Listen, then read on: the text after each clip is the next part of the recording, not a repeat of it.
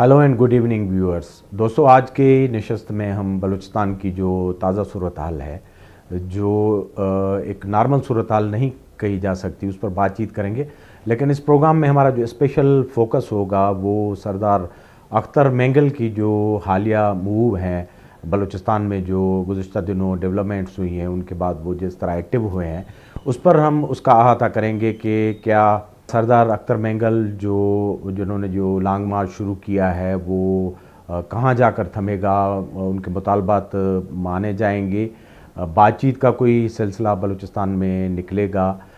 या कितनी गुंजाइश है अब सिस्टम में बातचीत की, और अख्तर मेंगल जैसे जो सियासतदान हैं वो इन हालात में कितना रोल प्ले कर सकते हैं। और सबसे बड़ी बात ये है कि रियासत या जो मरकज़ी हुकूमत है वो कितनी स्पेस अख्तर मेंगल जैसे सियासतदानों को देगी कि दोबारा वो बलूचिस्तान की जो सूरत हाल है या हालात हैं उनको एक नॉर्मल सी पर लाएं और एक डायलाग और इंगेजमेंट की सूरत हाल बने। तो आज के प्रोग्राम में इन चीज़ों का हम अहाता करेंगे। जैसा कि आप जानते हैं कि बलूचिस्तान के जो साबिक वज़ीर आला हैं सरदार अख्तर मेंगल, जो गुज़िश्ता 1-2 महीने पहले पाकिस्तान की नेशनल असम्बली के मेंबर भी थे और वहाँ से इस्तीफ़ा देकर वो सियासत को खैराबाद कहकर एक गोशा नशीनी में अब चले गए थे, ज़ाहरी तौर पर लो प्रोफाइल हो गए थे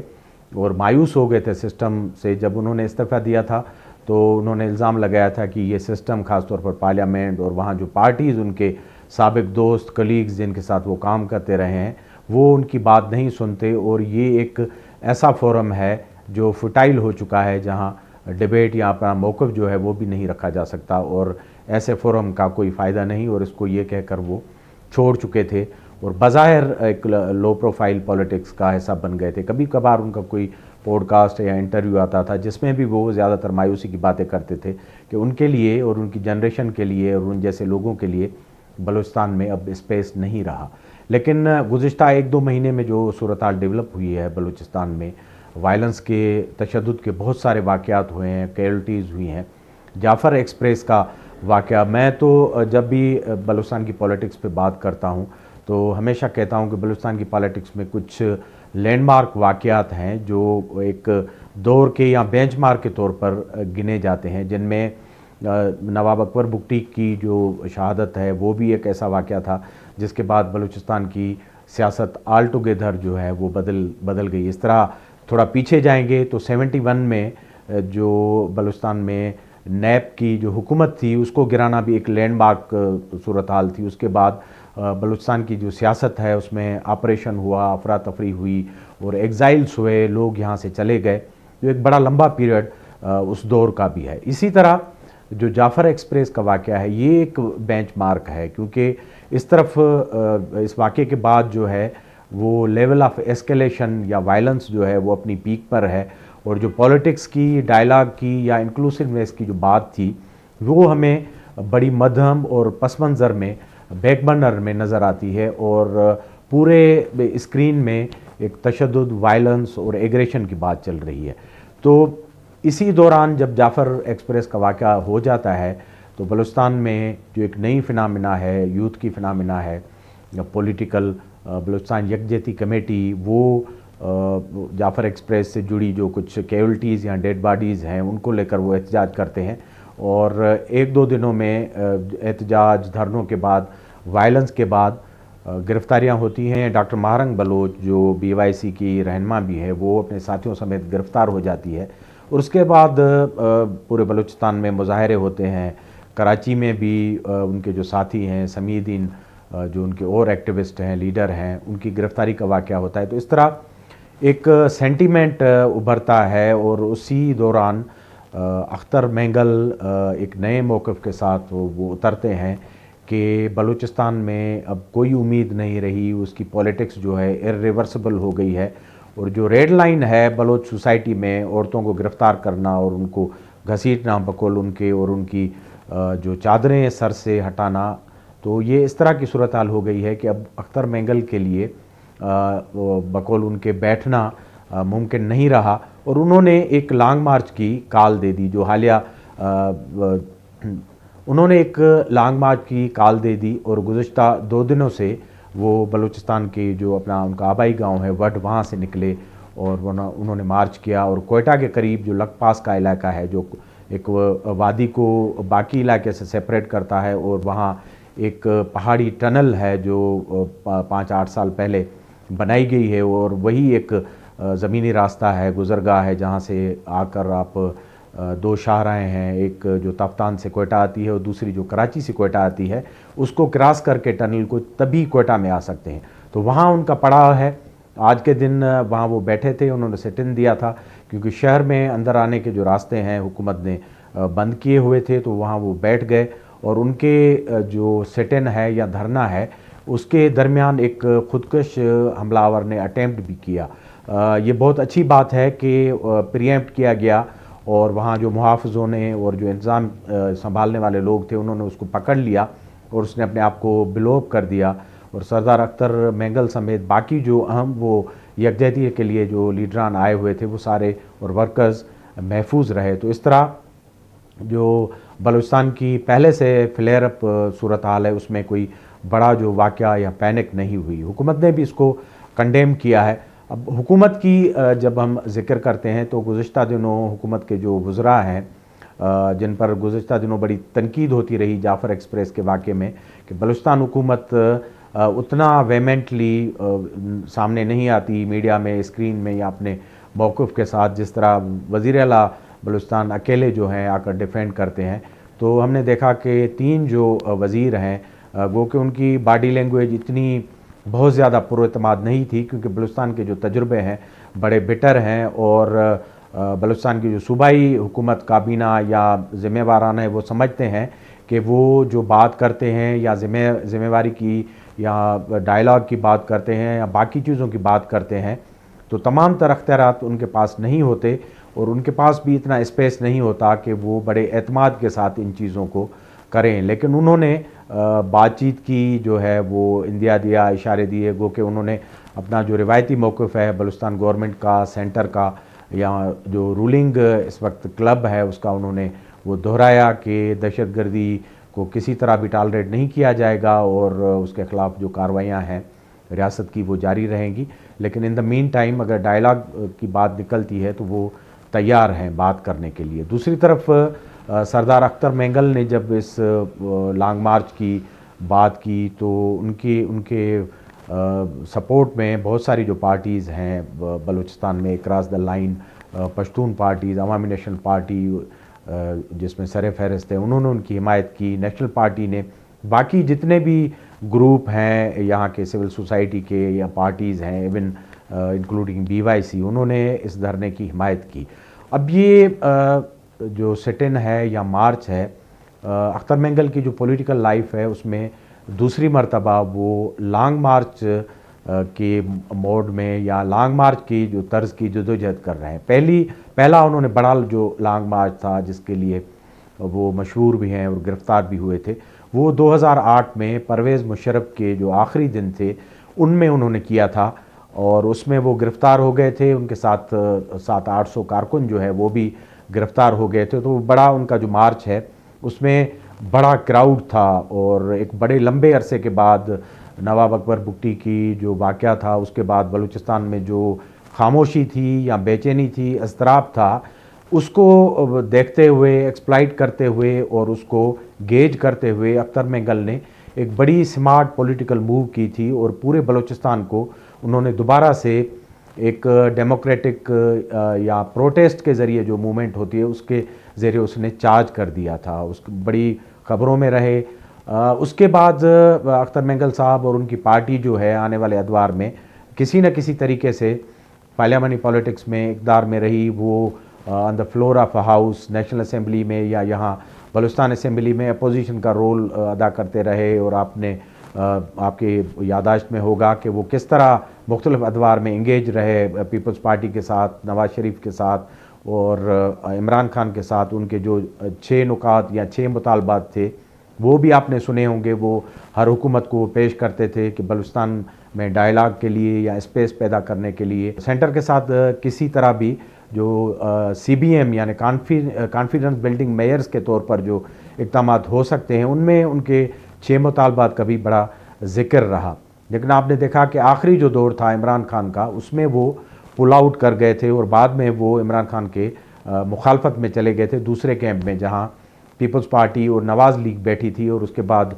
नो कॉन्फिडेंस मूव आया था, वो सारी चीज़ें हुई थी। अब इसमें अख्तर मेंगल जो है मुख्तलिफ वक्तों में एक इंगेज भी होते रहे हैं, वो नाराज़ भी होते रहे हैं, लेकिन जो अब उनका फेज़ है कि उन्होंने एक तरह से जैसे जो पार्लियामानी पॉलिटिक्स है, डायलॉग की पॉलिटिक्स है, वो छोड़ दी है। और उन्होंने जब असेंबली वो छोड़ रहे थे 2-3 महीने पहले, तो उन्होंने बड़ी मायूसी का इजहार किया था और वो एक गोशानशीनी में चले गए थे। लेकिन ये जो ताज़ा सूरत हाल है बलूचिस्तान की, उसमें वो दोबारा आ गए हैं। अब अख्तर मेंगल बलूचिस्तान में इस वक्त तक के बड़े सीनियर तरीन सियासतदान हैं, क्योंकि उनके वालिद भी वज़ीर आला रहे हैं और 70s का जो बड़ा मुश्किल दौर था बलूचिस्तान का ऑपरेशंस का, वो देख चुके हैं। और उसके बाद जब पूरी पॉलिटिक्स और कबायली जो उमूर हैं उनके जब हवाले हुए, तो काफ़ी चीज़ें उनकी लर्निंग में आई हैं। तो इस वक्त वो बलूचिस्तान में अगर आप रेट करें तो सीनियर तरीन और तजर्बागार सियासतदानों में है। वो मायूस बैठे थे और अब जब उन्होंने एक नए मौक़िफ़ के साथ ये एक्नॉलेज करते हुए कि बलूचिस्तान की सियासत में डायलॉग के रास्ते बंद हो गए हैं, वो इर्रिवर्सिबल हो गई है और एक रेड लाइन जो बलोच सोसाइटी में या पॉलिटिक्स में होती है, ख़वातीन को अफेंड करना, वहाँ तक मामला पहुँचे हैं, तो दोबारा उन्होंने एक लॉन्ग मार्च का ऐलान किया है। अब देखना ये है कि अख्तर मेंगल जिनको एक सपोर्ट भी हासिल है और बिहाइंड द सीन जो BYC इस वक्त का पॉपुलर फोर्स है और एक यूथ का बड़ा नंबर उनके साथ है, क्योंकि गुज़िश्ता 1-2 सालों में जितने बड़े बलूचिस्तान में प्रोटेस्ट हुए हैं या प्रोसेशन या मुजाहरे हुए हैं,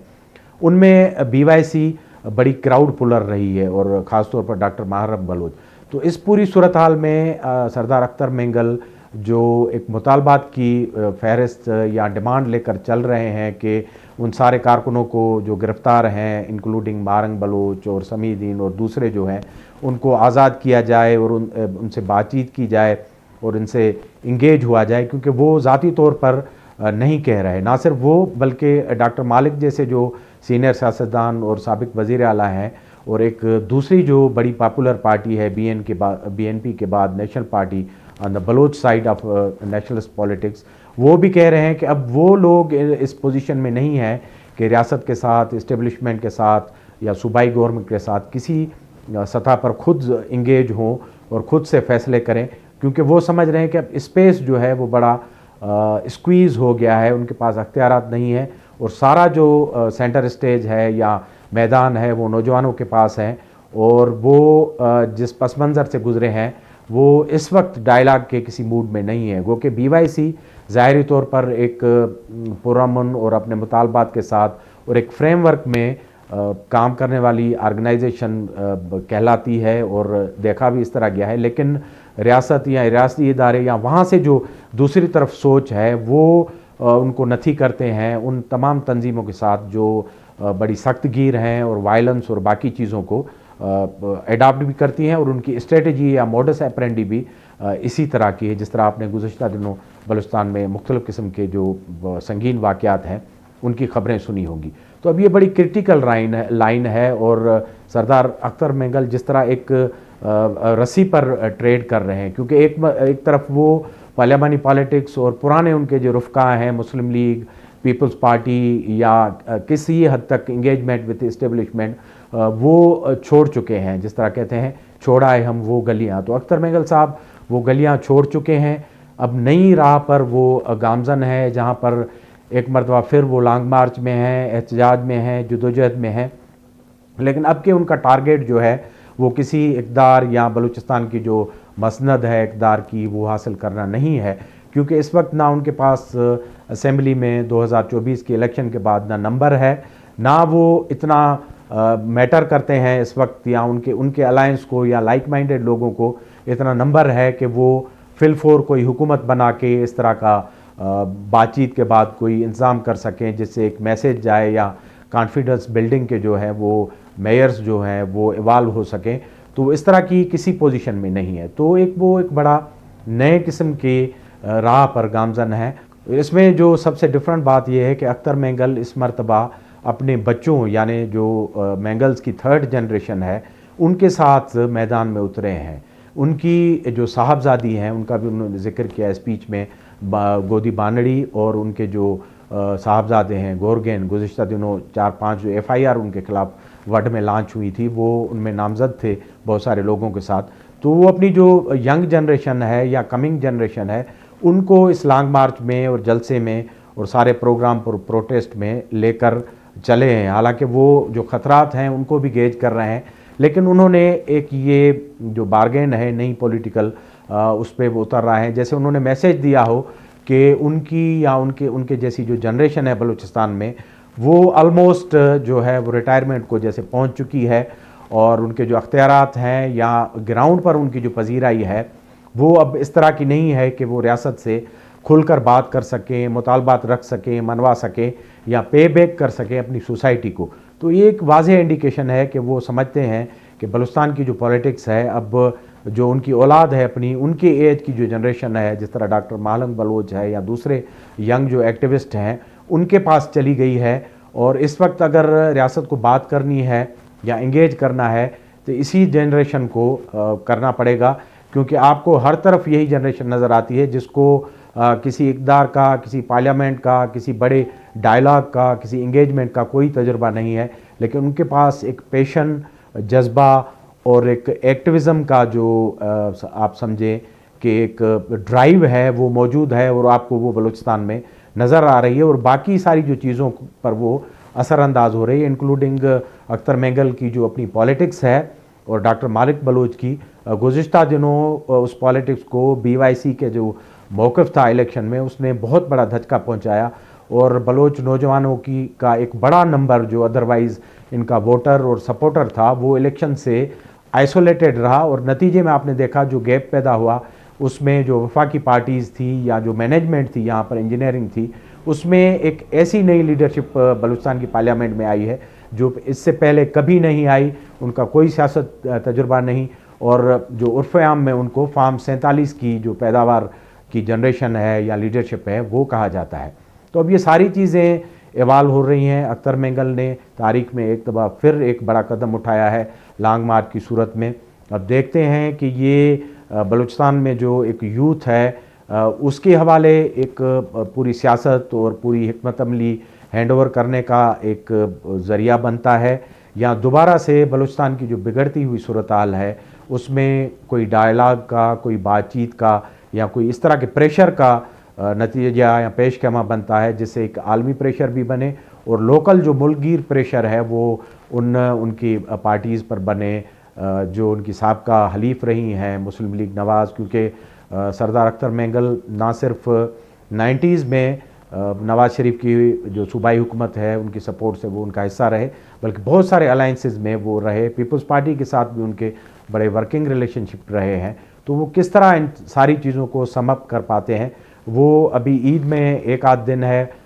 وہ کوئٹہ کے جو علاقہ ہے لک پاس، وہاں ایک سرنگ کے قریب نیچے اپنے رفقا کے ساتھ بیٹھے ہوئے ہیں. شاید عید کے ایک دو دن جو آنے والے ہیں اس میں ایک نئی حکمت عملی آئے گی، وہ کوئٹہ شہر کی طرف پیش قدمی کریں گے. سرکار جیسے باتیں ہو رہی ہیں صوبائی حکومت کی طرف سے ان کے پاس جا کر بات چیت کریں گے، یا پھر دوبارہ سے ایک ٹرمائل کا یہ پیش خیمہ ہوگا ان کا جی پولیٹیکل موو یا مارچ ہے. یہ آنے والے ایک دو دنوں میں ایک ظاہر ہو جائے گا. لیکن ہم امید کرتے ہیں کہ ہمیشہ پولیٹکس میں جو بات چیت کے راستے ہیں ان کو کہیں نہ کہیں کھلا ہونا چاہیے، کیونکہ بلوچستان نے بہت زیادہ سفر کیا ہے ان ساری چیزوں سے، اور الٹیمیٹلی جو سفرنگ ہے وہ بہت ہی عام عوام کی، عام بلوچستان کے لوگوں کی ہے.